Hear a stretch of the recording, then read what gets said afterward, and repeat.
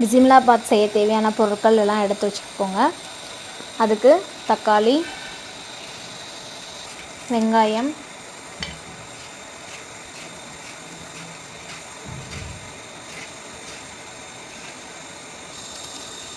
Carrot,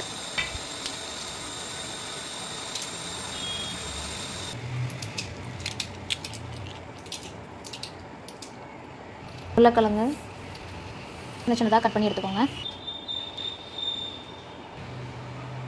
1/2 cup அரிசி, 1/2 cup துவரம்பருப்பு, ரெண்டையும் நல்லா கழுவி அது கூடவே நம்ம கட் பண்ணி வச்ச தக்காளி, கேரட், பீன்ஸ், உருளைக்கிழங்கு, பட்டாணி ஊற வச்சுருந்தேன், அதையும் சேர்த்துக்கோங்க. அது கூட கொஞ்சம் மஞ்சள்தூள், பெருங்காயம் சேர்த்து 1/2 கப்புக்கு 3 கப் தண்ணி சேர்த்து தேவையான அளவு உப்பு சேர்த்து குக்கரில் 3 விசில் வச்சு எடுத்துக்கலாம். அப்புறமா பிசிமிலாபாத் செய்கிறதுக்கு தேவையான பொடி ரெடி பண்ணிக்கலாம்.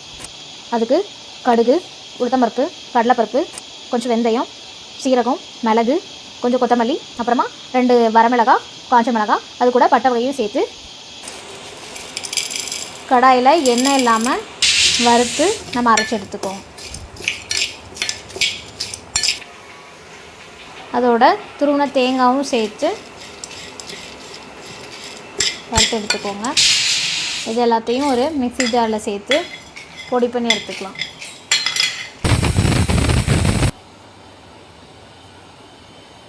அப்புறம் அடுப்பில் கடாய் வச்சு எண்ணெய், 1 ஸ்பூன் நெய் விட்டு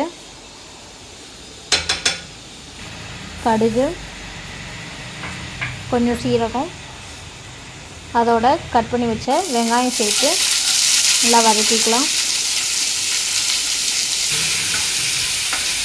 அது கூட கொஞ்சம் கருவேப்பிலை சேர்த்து கொஞ்சம் உப்பு சேர்த்து வதக்கிக்கோங்க. நம்ம அரைச்சி வச்ச பொடியும் இதோடு சேர்த்துக்கலாம்.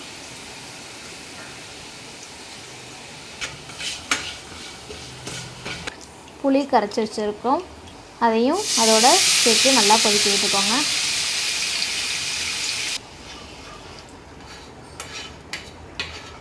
இப்போ குக்கரில் ரைஸ் நம்ம வச்ச எல்லாமே நல்லா வெந்து வந்துருச்சு.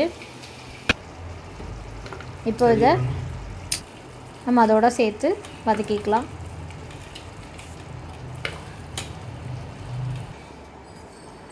நல்லா எல்லாம் ஒன்றா சேர்கிற மாதிரி வதக்கி எடுத்துக்கோங்க.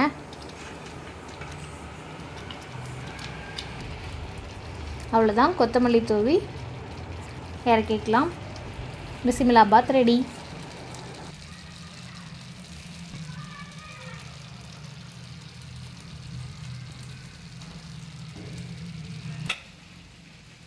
Thanks for watching.